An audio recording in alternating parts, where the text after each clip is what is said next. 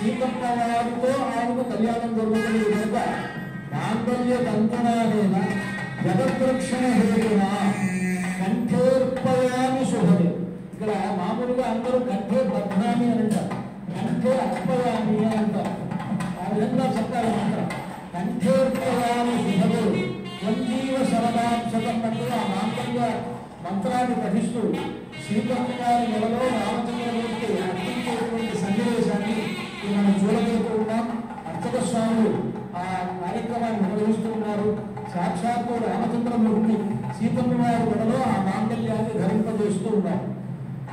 సుమంగళి